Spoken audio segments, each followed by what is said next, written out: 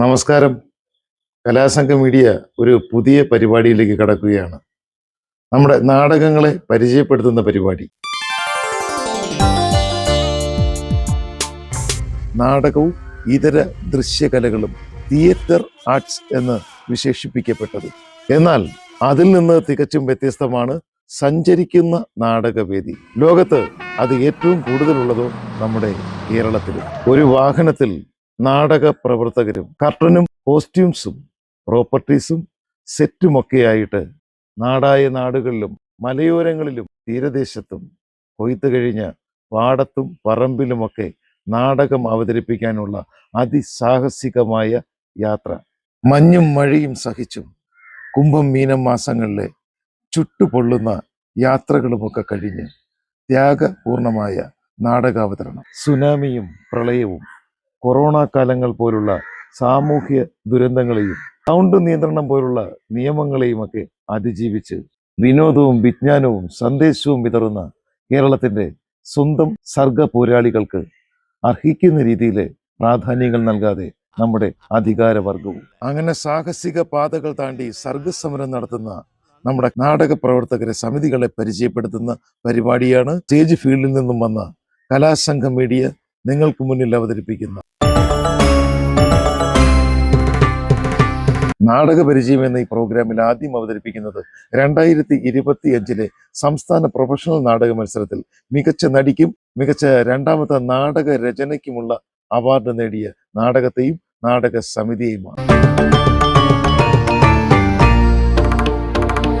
ഈ ജനുവരിയിൽ സജീവമായ നാടകമാണ് കൊല്ലം അയനം നാടകവേദിയുടെ ഒറ്റമുറിയിലെ പെണ്ണ്.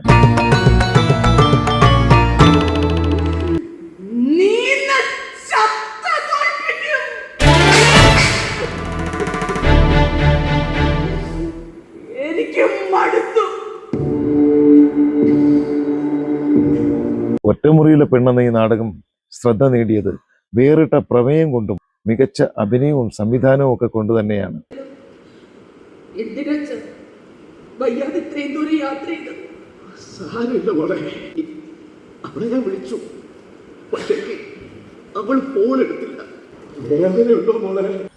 അശ്വമേധം നാടകം ഉയർത്തുന്ന ഒരു പ്രമേയമുണ്ട്. രോഗമൊരു കുറ്റമാണോ?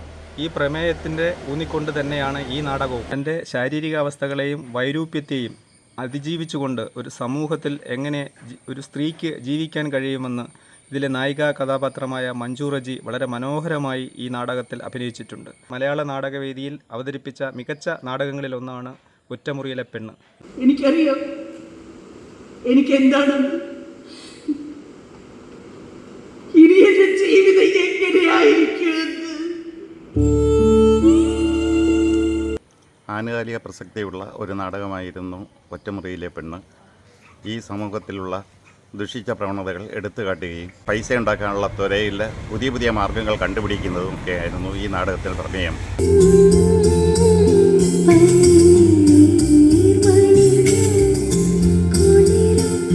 പൂതക്കുളം സമന്വയയുടെ വേദിയിൽ ഇത്രയും ഹൃദയസ്പർശിയായ ഒരു നാടകം ഈ അടുത്ത സമയത്തെങ്ങും വന്നിട്ടില്ല. ഒറ്റമുറിയിലെ പെണ്ണെന്ന ഈ നാടകം നിങ്ങളെല്ലാവരും കണ്ടിരിക്കേണ്ടതാണ്. ആർക്കും ഇങ്ങനൊരു ഗതി വരാതിരിക്കട്ടെ. ആ സുന്ദരിയാണ്. പക്ഷേ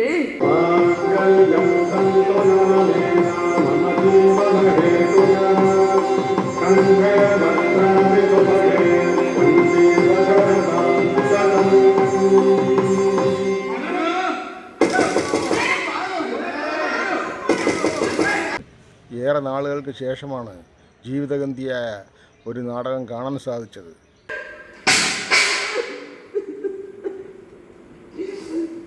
എനിക്ക് മടുത്തു.